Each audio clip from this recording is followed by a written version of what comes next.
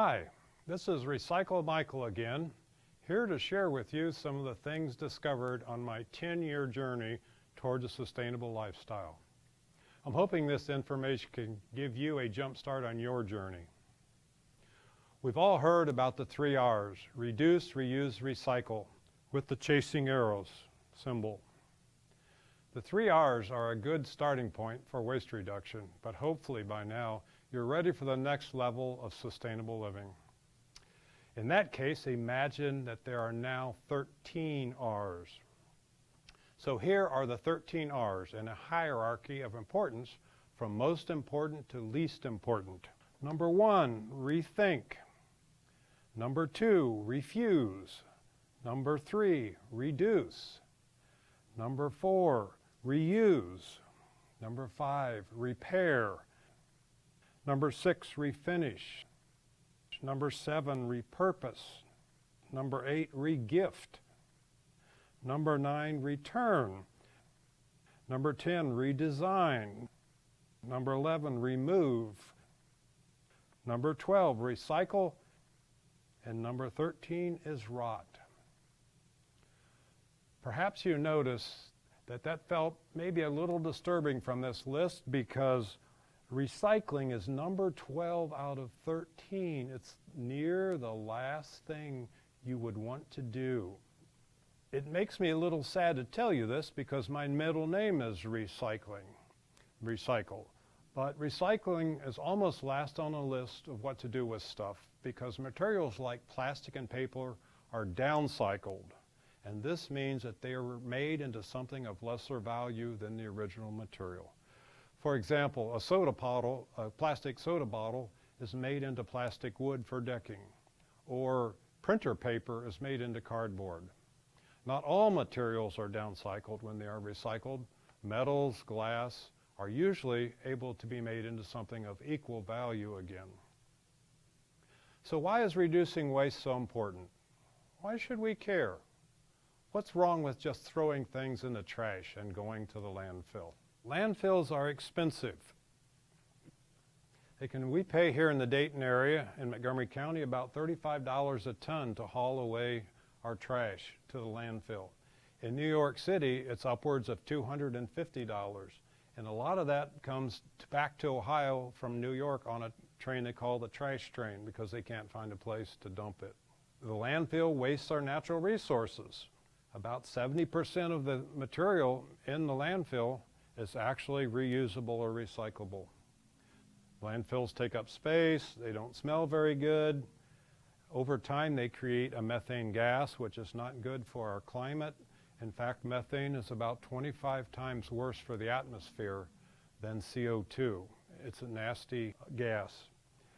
And things don't really biodegrade in the landfill because at the end of the day they cover it with dirt, which blocks air from getting to the materials in the landfill. Then the materials don't biodegrade or break down.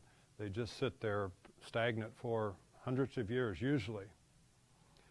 And the last and probably the most important thing is that if a landfill leaks, it can contaminate our water supply. So let's look at a cross-section of a landfill. Most of them look something like this. A landfill is made up of many layers of material. Here's ground level. And when they dig a landfill, they have to put different layers of materials in to try to keep the toxic materials in the landfill from seeping down through the landfill and into the base soil and into our groundwater. So there are many different membranes that they put in. This is very costly and expensive. And over time, the EPA says no matter how good a job they do, eventually landfills are going to leak.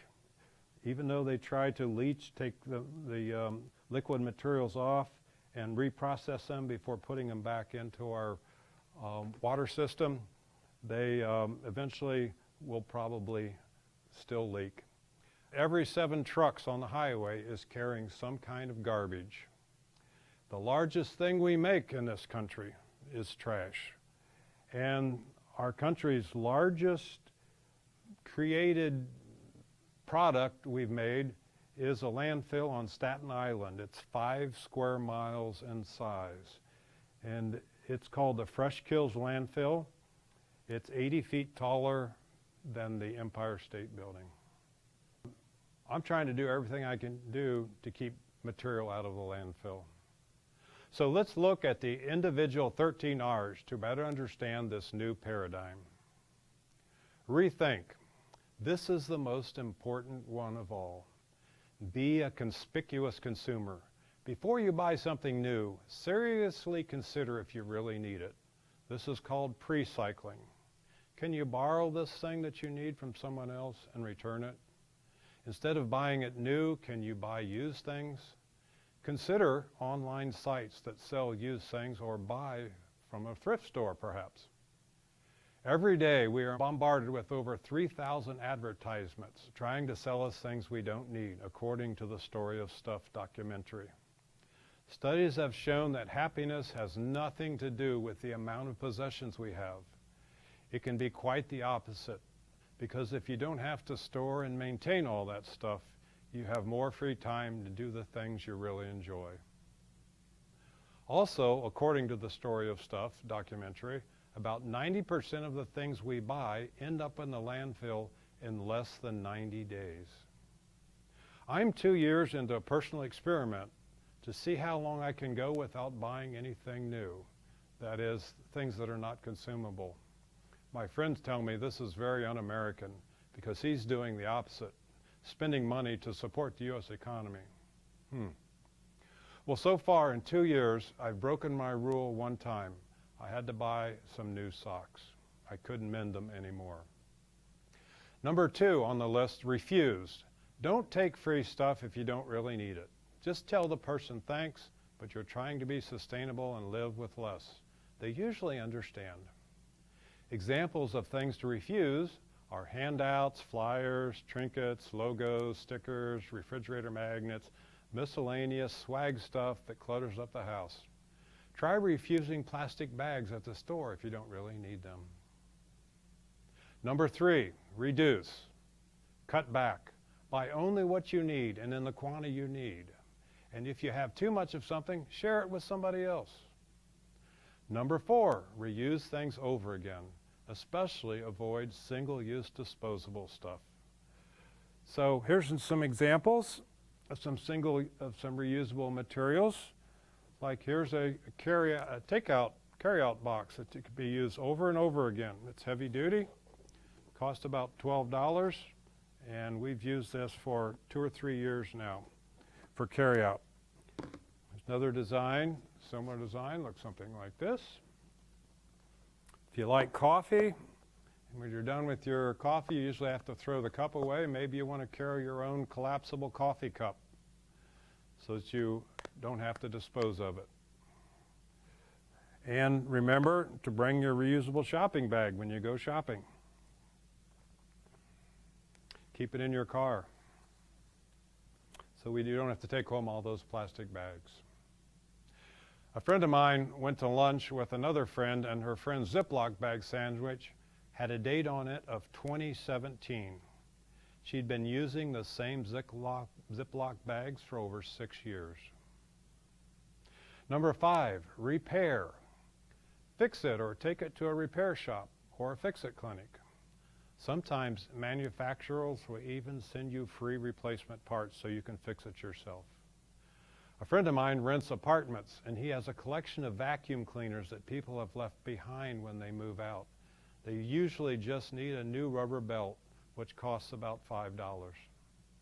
Number 6, refinish it. Clean it up. A little paint will make things look brand new and a lot better. Number 7, repurpose. Be creative.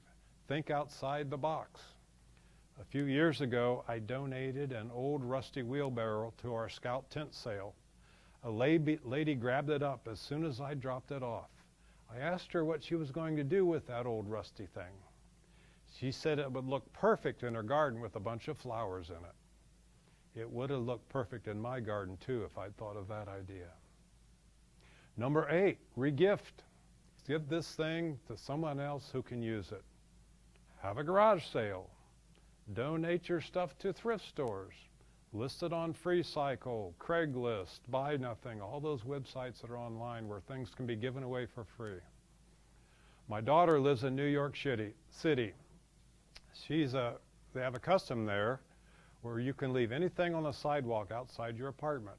She has almost completely furnished her apartments with these found things and also gets rid of stuff the same way.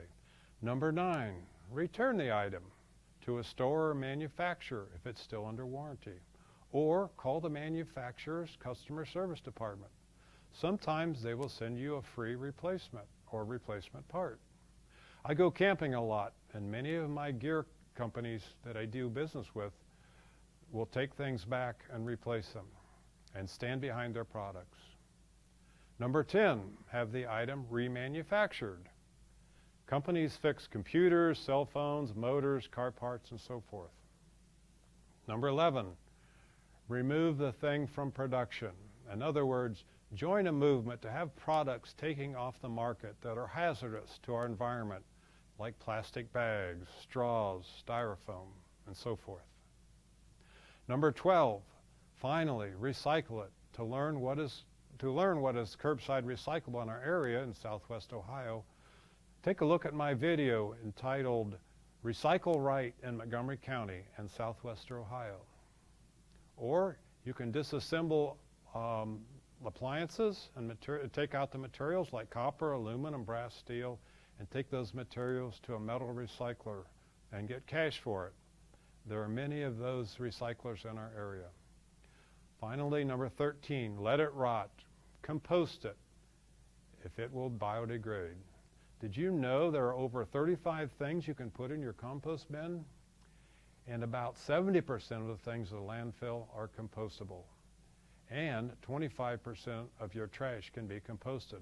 So composting is an important step to get to zero waste living.